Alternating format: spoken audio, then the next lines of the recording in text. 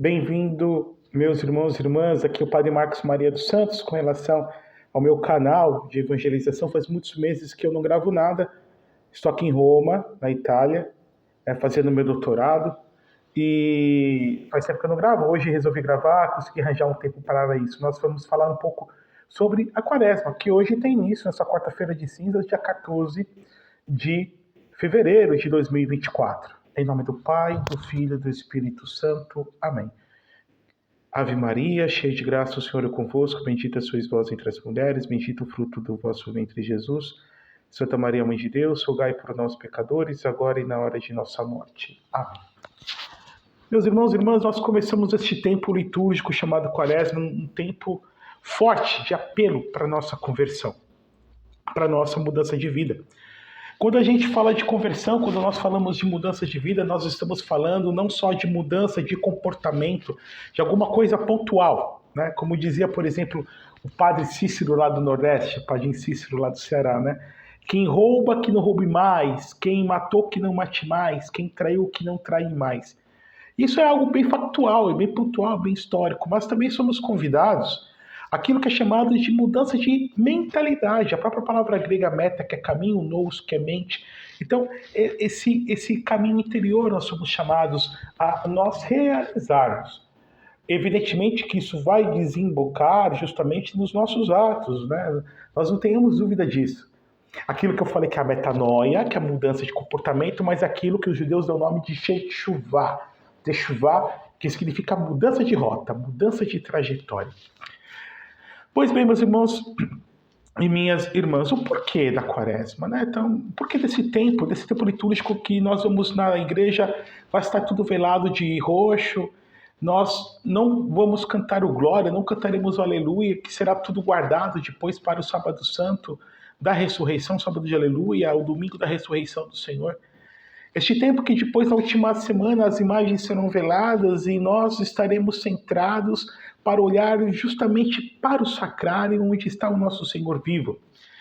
Este tempo da Quaresma, que somos convidados pela igreja a fazermos a penitência, fazermos o jejum, a esmola, a oração, será a leitura do primeiro domingo da Quaresma? Será o conselho que Jesus dá como uma forma de conversão para todos? Porque está aqui o núcleo do Evangelho, convertei-vos e crede no Evangelho. Então, convertei-vos, mudai-vos de vida e ao mesmo tempo crer no Evangelho significa crer na própria pessoa de Jesus, crer na sua mensagem, porque na pessoa de Jesus Cristo, Jesus é o Evangelho, Jesus não é apenas um anúncio, a boa nova daquilo que ele fala, mas da própria pessoa dele.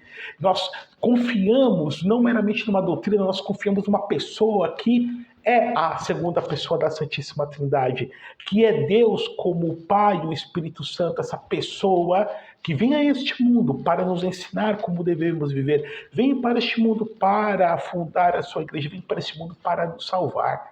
E essa salvação, meus irmãos, que não tem só apenas podemos dizer assim, essa dimensão de transcendentalidade, quando nós morrermos, esperamos ir para o céu, de vermos Deus face a face, mesmo que nós venhamos a passar pela agonia, e vamos fatalmente passar pela agonia da morte, mas a salvação que começa já nesse mundo, de uma alegria profunda de viver, de um sentido de vida que eu posso encontrar, eu devo encontrar, encontro justamente e somente na pessoa de Jesus. Jesus nos propõe esses três caminhos. O jejum. Por que do jejum, padre? Porque o jejum vem me ajudar a fortalecer a minha vontade. Nós, homens, nós temos uma inteligência que entende, reflexo do próprio Deus. Somos seres racionais. Nós temos uma vontade que deseja, que nos move a fazer ou deixar de fazer algo. E nós temos uma sensibilidade que sente prazer ou dor. E justamente com o pecado original, o pecado dos nossos pais, Adão e Eva, a nossa natureza adâmica foi ferida, a nossa natureza humana e a pirâmide, que era para ser devidamente hierarquizada, foi devidamente virada. Por causa disso que vivemos este dilema, né? A minha vontade diz uma coisa, minha inteligência diz outra, e eu faço uma outra coisa totalmente diferente, aquilo que Paulo vem dizer, pobre homem que eu sou neste corpo de morte, porque não faço o bem que quero e muitas vezes faço o mal que eu não quero. Quando eu jejuo, eu venho ajudar a domar a minha vontade, certo? Porque animal que sou, que nós vamos voltados para comer e comemos não meramente para nutrirmos o nosso corpo, mas comemos por prazer. Me ajuda a hierarquizar o meu sono, me ajuda a hierarquizar a minha sexualidade. Os santos padres diziam que quem tem problema de sexualidade, né? O jejum ajuda justamente a normatizar, regular. Jesus mesmo disse que há certas castas de demônios que só são expulsos com jejum e oração. Depois, a esmola. A caridade. A caridade, meus irmãos, não é filantropia. O que é filantropia? É dar o dinheiro, ajudar alguém por amor ao ser humano. Não é isso. Nós somos chamados a ajudar alguém, a amar alguém. Não só dar uma esmola, que seja um prato de comida, alguma coisa, por amor a Jesus. Ver Jesus no outro. Aquilo que João diz na sua primeira carta. Não pode dizer que ama a Deus, que a quem não vemos, se nós não amamos ao irmão que nós vemos. E quando nós vamos lá em Mateus capítulo 25, Jesus vem nos dar o parâmetro para o juízo final. Eu tive fome, me deste de comer, tive sede, me deste de beber, estava nu, me vestiste, estavas na prisão, estavas enfermo e fostes visitar-me. E ao contrário, né, tive fome, tive sede, não me deste de comer, não me deste de beber. E todas as vezes que nós fizemos ou deixamos de fazer, na verdade nós estávamos fazendo ou deixando de fazer ao próprio Jesus. Então Jesus vai nos falar da caridade. Caridade que nós devemos ter muito cuidado quando ajudamos alguém. Primeiro, de não contar para ninguém. Jesus falou que a mão direita faz, a esquerda não saiba. Depois, de nós termos cuidado de não humilhar a pessoa. Quantas vezes uma pessoa para ajudar alguém, acaba humilhando. São Vicente de Paulo dizia, quando se ajuda o pobre, deve-se ter toda a caridade, toda a sensibilidade para que essa pessoa não se sinta humilhada já na sua miséria, na sua necessidade. Por fim, a oração. A oração é necessária. Com pecado ou sem pecado, com vontade ou sem vontade, como, por exemplo, dizia Santa Teresa de Ávila, com gana ou sem ganas, com vontade ou sem vontade, porque Deus pode falar conosco de diversas maneiras. Deus pode falar conosco e nos fala através das circunstâncias da vida, através de um conselho de um amigo, através de uma pregação de um sacerdote, uma pregação de alguma outra pessoa, através da leitura da palavra, quando entendo essa palavra que alimenta a minha alma. Deus pode falar através dos sonhos, por que não? Como falou, né? Através de José do Egito, quando ele interpretou o sonho do faraó, lá como está em Gênesis, como falou através dos sonhos com São José, esposo de Nossa Senhora, pai adotivo de Jesus, como falou, né, com São João Bosco. Pode falar através de visões, pode falar através de uma aparição, né? Quantas aparições? Por exemplo, o Padre Pio. Claro que esse é um modo extraordinário, né? Não é algo ordinário, mas que dentro do campo das possibilidades é uma possibilidade que pode existir.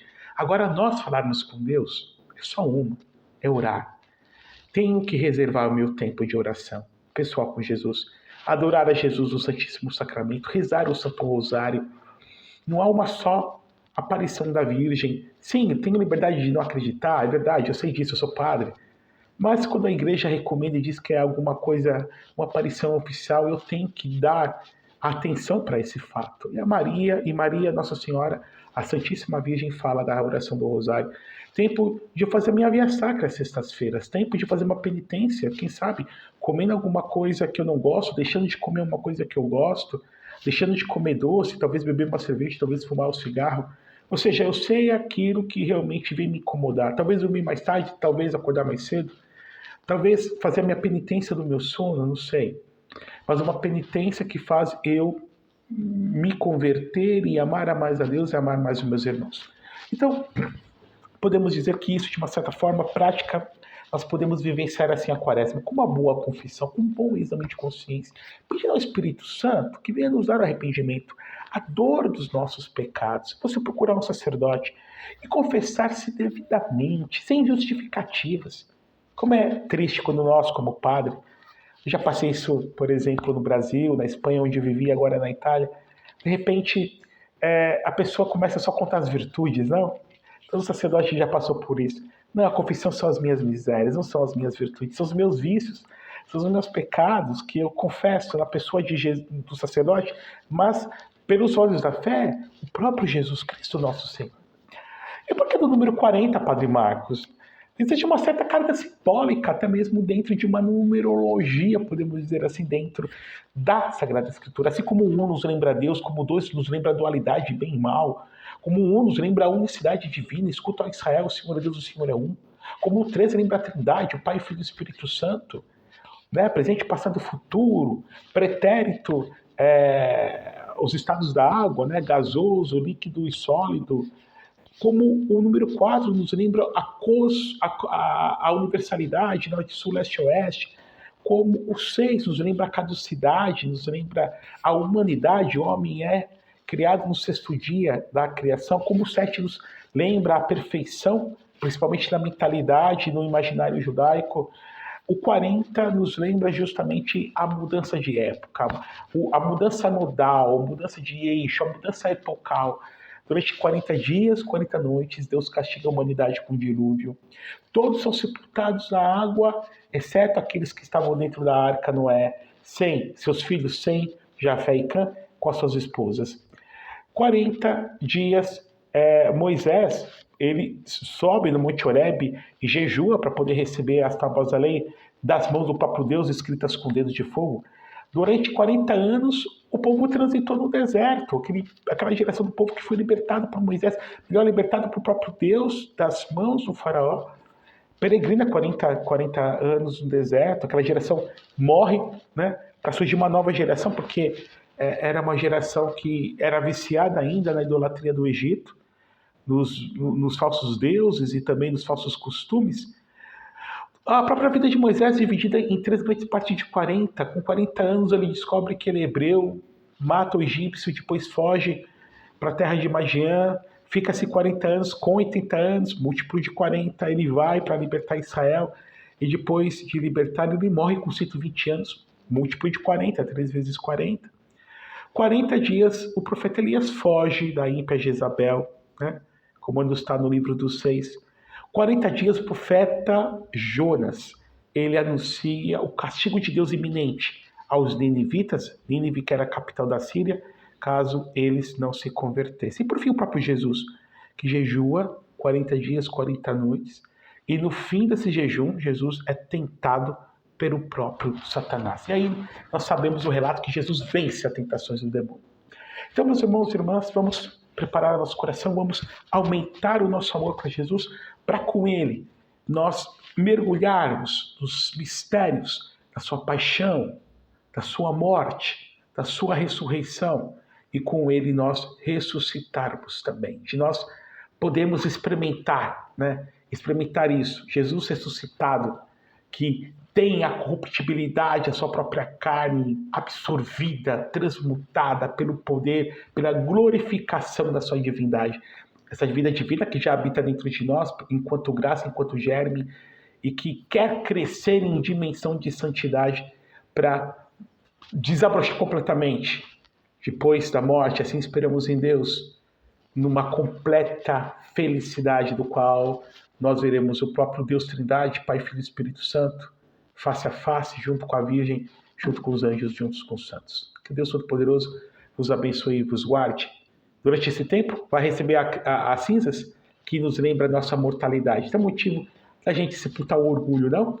Somos pó. Nosso corpo é pó. Por mais que cuidemos, por mais que vivemos academia, por mais que façamos grandes dietas, é pó. Nós apenas podemos viver com qualidade de vida. Este mundo apenas podemos envelhecer melhor, mas morreremos. E diante da morte, a gente tem que ser humilde, né? Perdoar a quem tem que perdoar. Perdoar a si mesmo. Pedir perdão para Deus. E se ofende alguém, se eu pisei na bola, engole o orgulho e peça perdão para essa pessoa. Que Deus Todo-Poderoso vos abençoe, vos guarde e vos dê uma santa quaresma. Em nome do Pai, do Filho e do Espírito Santo. Amém. Com a ajuda de Nossa Senhora das Dores.